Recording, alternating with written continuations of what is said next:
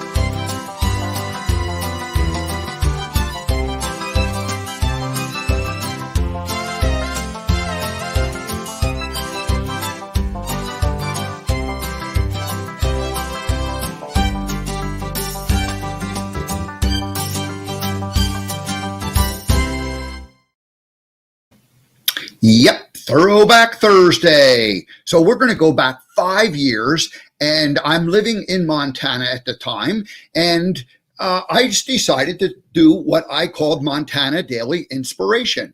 And what that was I created these. Well, I took a picture, a photograph of somewhere in Montana, and then I would put a quote on top of it, and I would share that publicly. And for 4 years, over 1,000 different episodes of this, I ended up creating a Montana daily inspiration. You can see the montanaspeaker.com and Speaking Gump, my brands, primary brands at the time. But anyway, this is the farmhouse that I lived in, and you can see the quote that I have. You have two choices. You can make a living or you can design a life. And I really think that's what Montana in some ways was all about, was like designing a life, designing a new life for me. And this was the property, the farmhouse that I stayed at for 11 years. So now let's go to the next photo here. And now you can see it's still that time of year. It was fall. Leaves are still on the trees, but we have, we have a little bit of a frosting, a little light dusting of snow, one of the first of the year. And this was the window. This is looking right out the window of the house that I lived in. And you can see the mountains, the Bitterroot Mountains there. And I just love this place. And what did Ralph Waldo Emerson say that day? Once you make a decision, the universe conspires to make it happen. It's the law of attraction. What we decide, what we focus our attention on is what we get. And that's the law of attraction. So Ralph Waldo Emerson back in the 1840s said, once you make a decision, the universe conspires to make it happen. Alrighty. Now this is the, kind of in the back of the property, and that's the old chicken coop there. And that's looking over at the Sapphire Mountains. And you could see there's a, definite snow on the ground at that point. And now this is Mike Dooley, Thoughts from the Universe. Pretending is the fastest way to believing, and believing is the fastest way to receiving. And again, a law of attraction concept there. So we pretend to believe, we just keep focusing on something, and then suddenly we start to believe it. And then once we believe it, that's when we end up receiving it. That's when it comes into our life. And then finally, this picture is here's the farmhouse property, and it's a long view, zoomed in photo of the property with the mountains, the Bitterroots looming massively above them. And you can even see smoke coming out of the farmhouse property chimney there. So it was obviously a winter day, but quit planning your dream and start living it. That was one of those reprimands that I would give myself. Quit planning your dream and start living it. Whoops, there we go.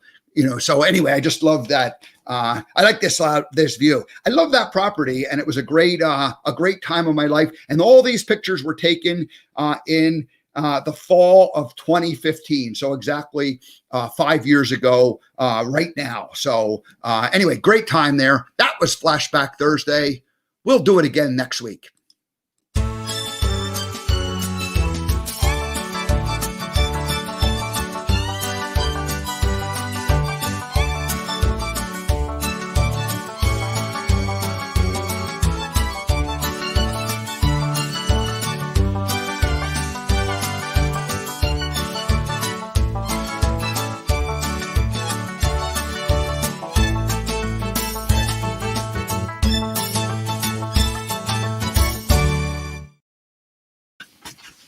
Alrighty, so we will get into our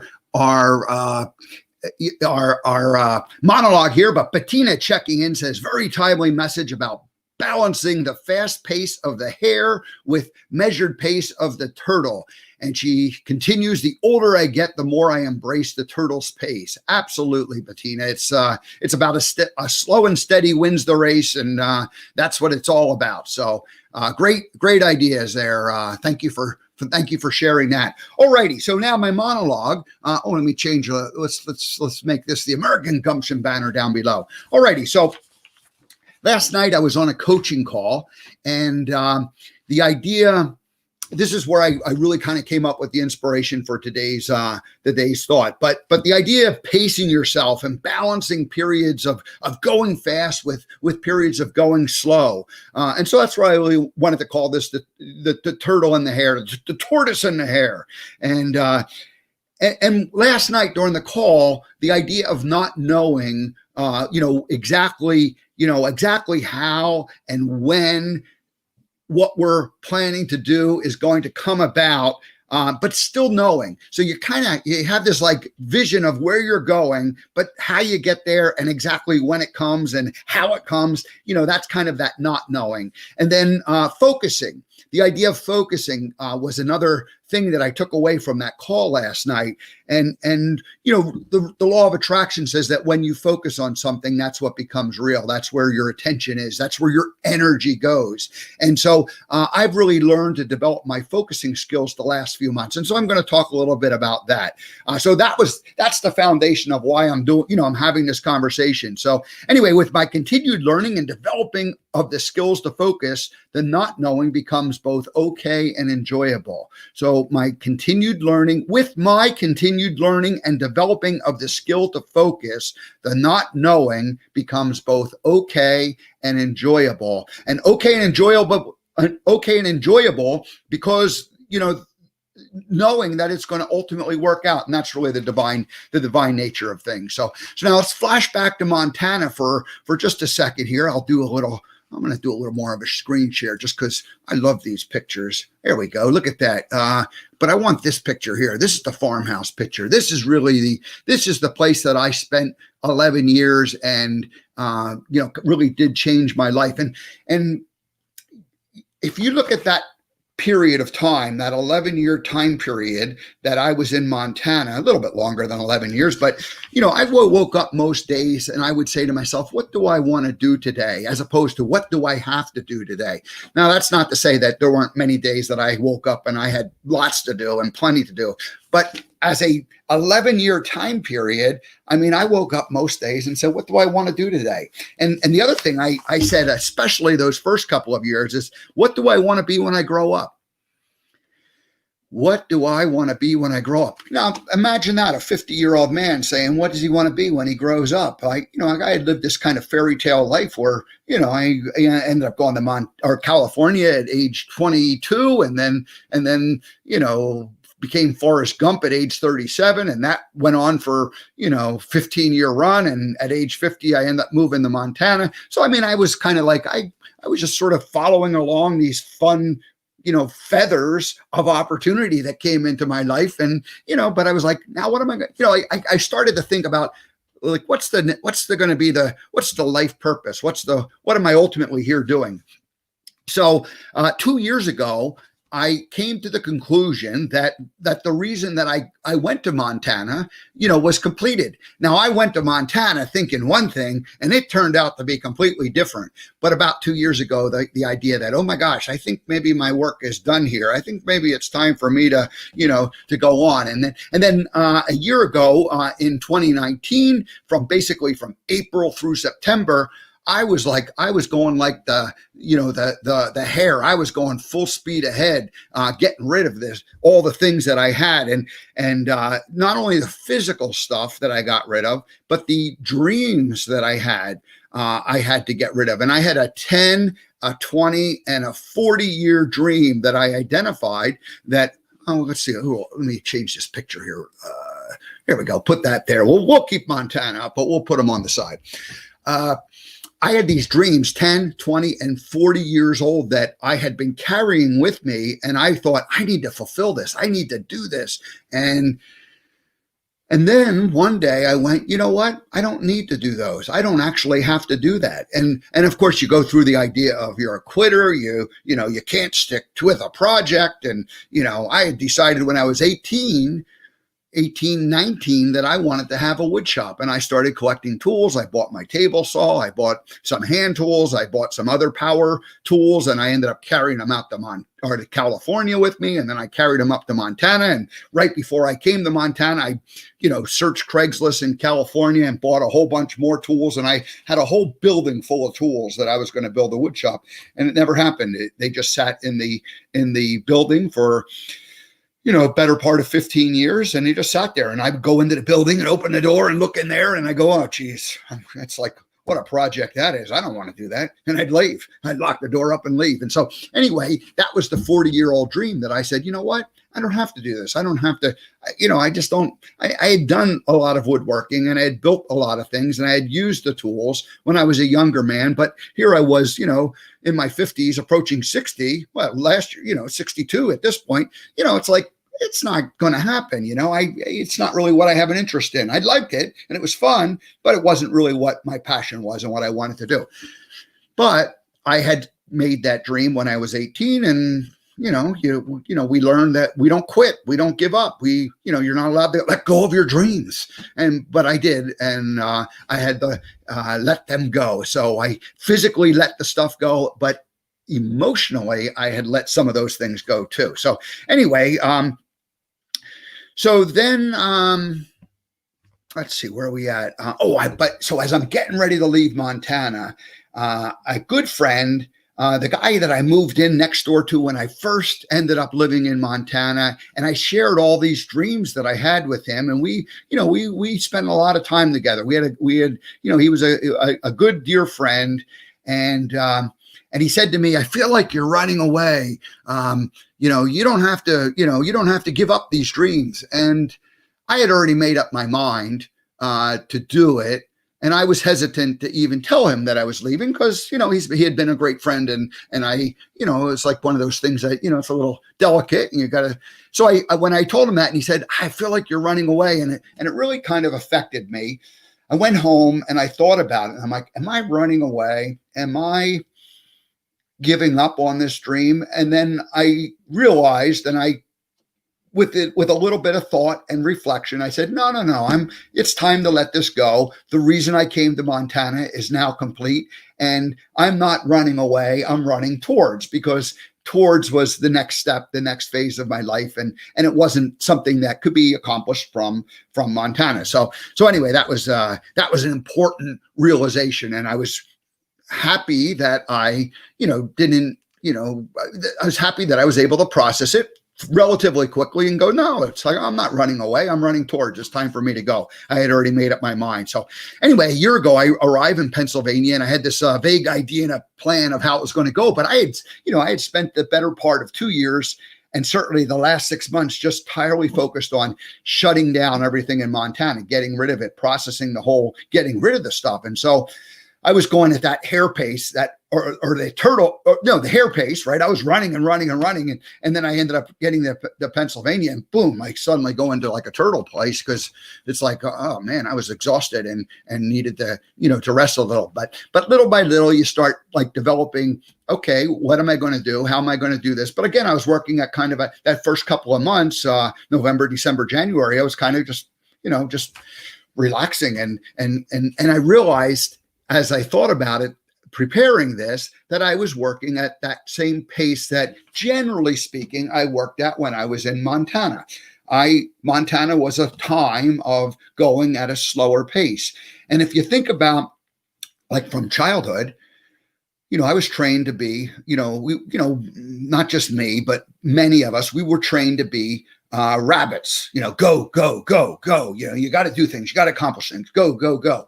And so when I ended up going to Montana, it was really the first time in my life that I learned to just go at a slower pace and just be, and really stop and ask, well, what do I want to do? What do I want to do today? What do I want to be? What do I want to do with the rest of my life? And so that kind of turtle, pace. And so anyway, when I first get here to Pennsylvania a year ago, I'm kind of going at that turtle pace. Then what happened is, in February, started kicking it up. In March, I ended up going on the 2-week journey in the RV out to Washington and Oregon. So now this is the beginning of this year. And what happened in March?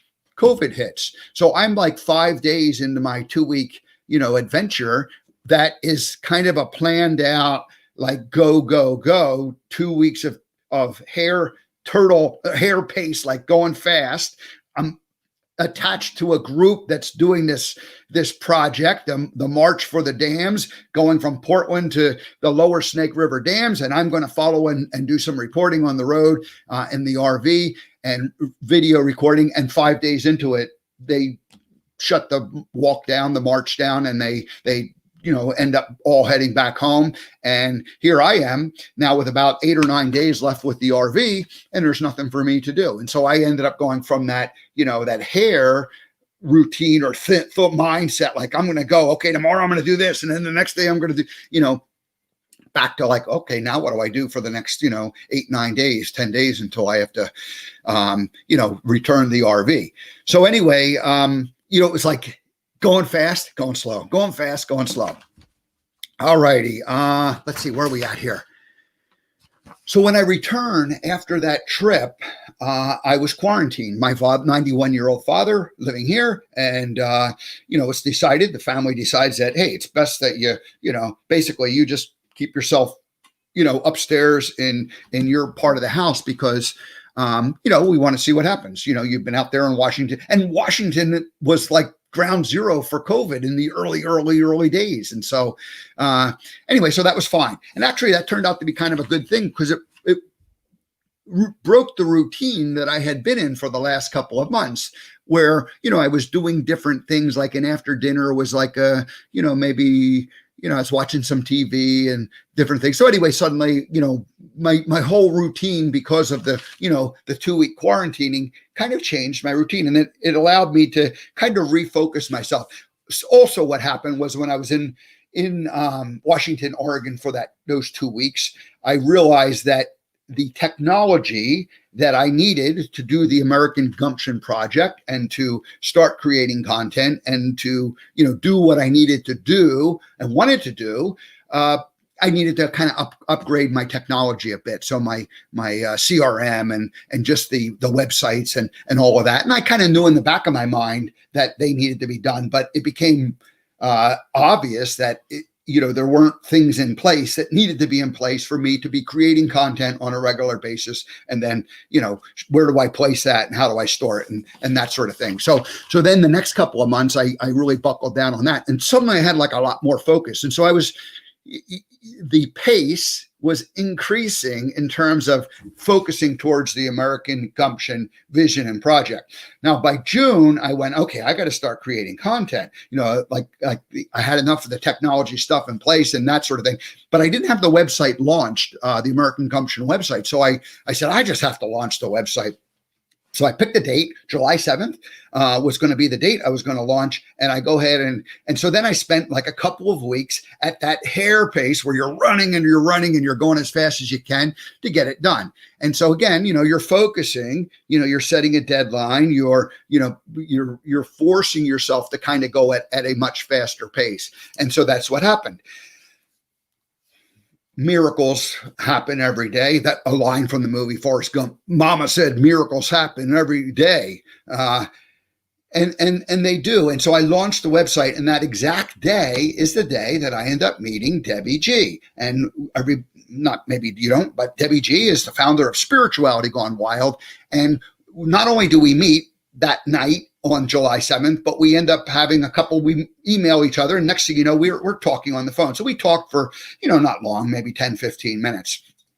But we end up talking like the next day and the day after. And by day number 3, it's essentially decided that I'm going to host a show on Spirituality Gone Wild. And then it was like, well, what's the show going to be? And I had the American Gumption brand, of course, and I'm like, but I hadn't really thought about broadcasting on a regular basis.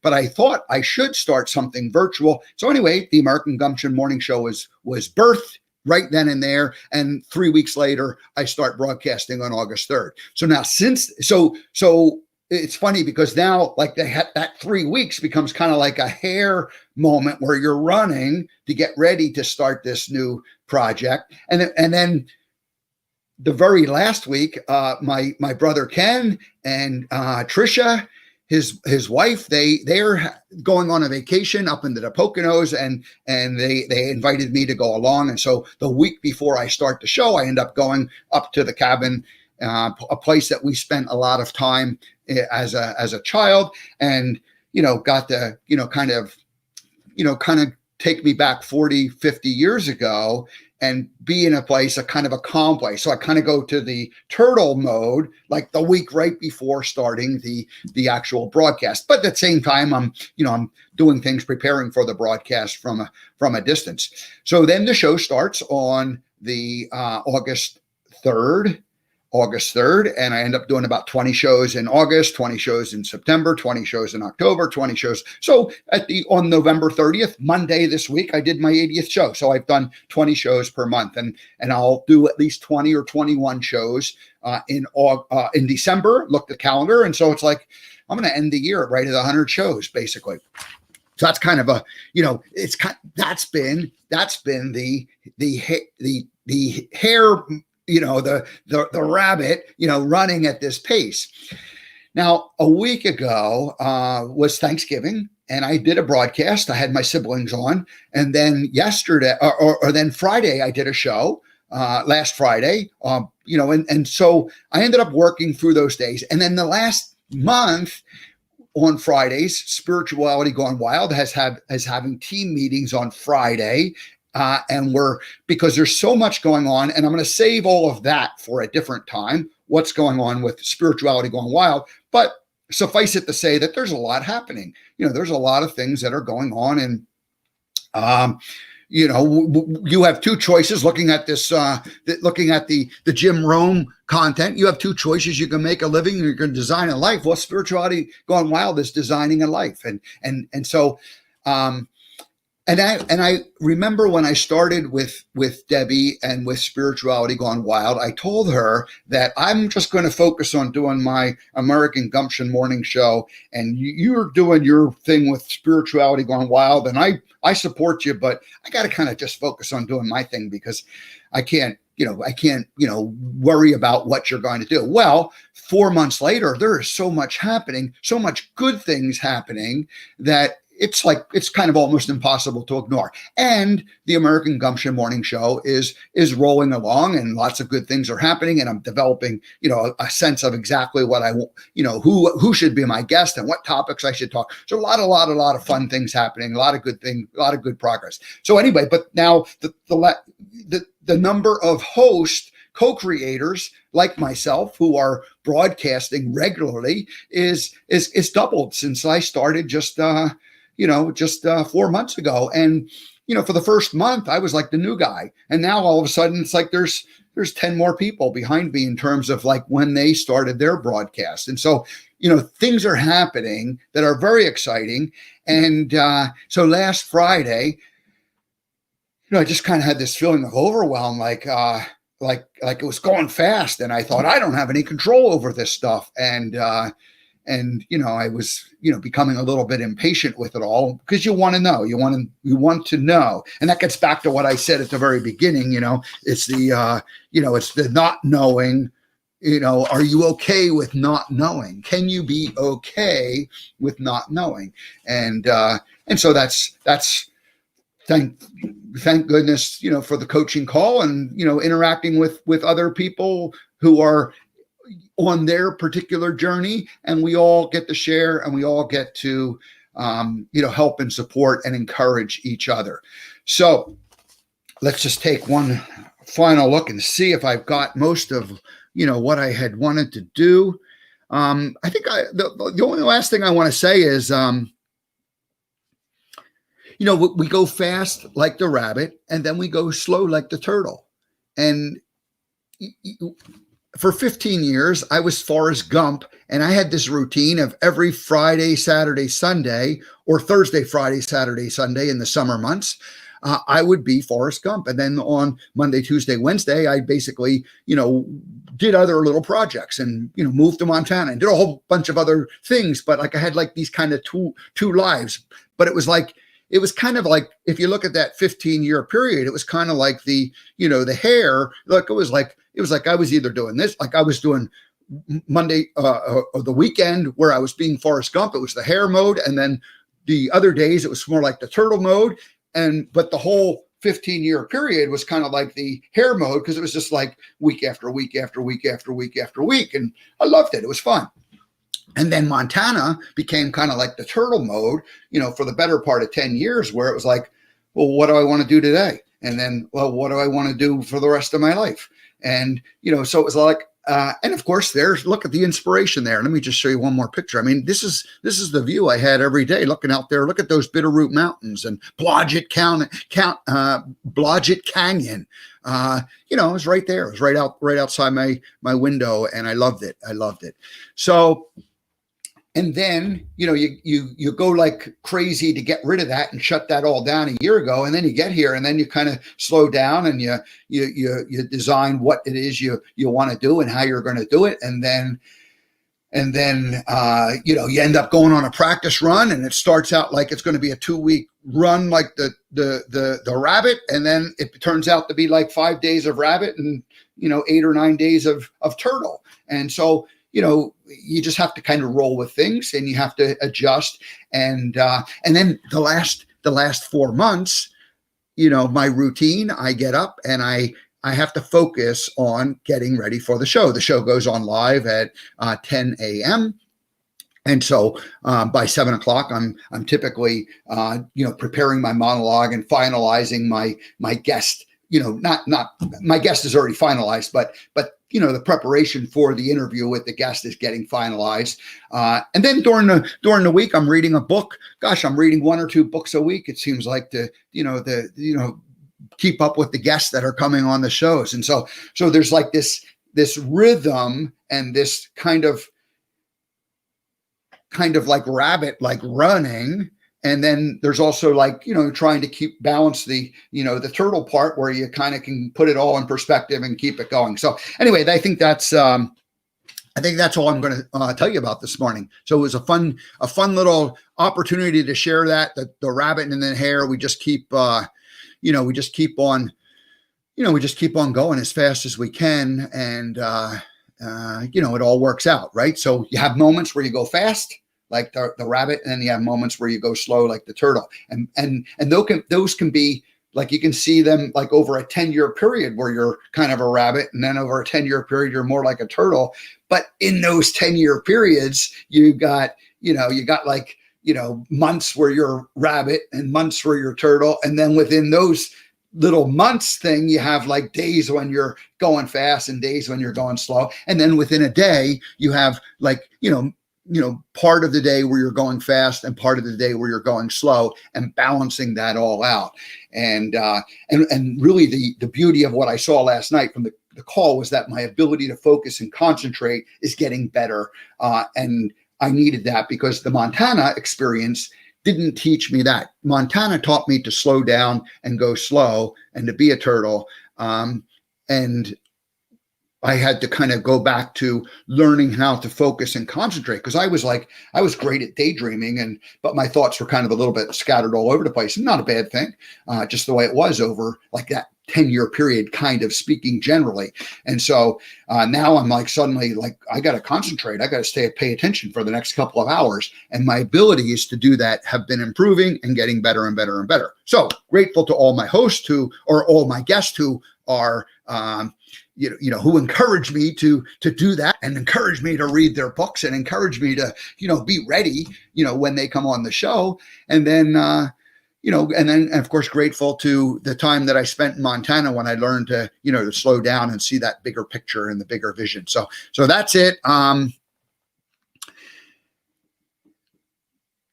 going to just sign off. I'll see you tomorrow. Oh, but first, let me tell you about what's happening tomorrow. We have Joan of Angels, Joan Hangarter. She is an artist, an oracle, an author, and a miracle maker. I have never interviewed an oracle before, so this is going to be a fun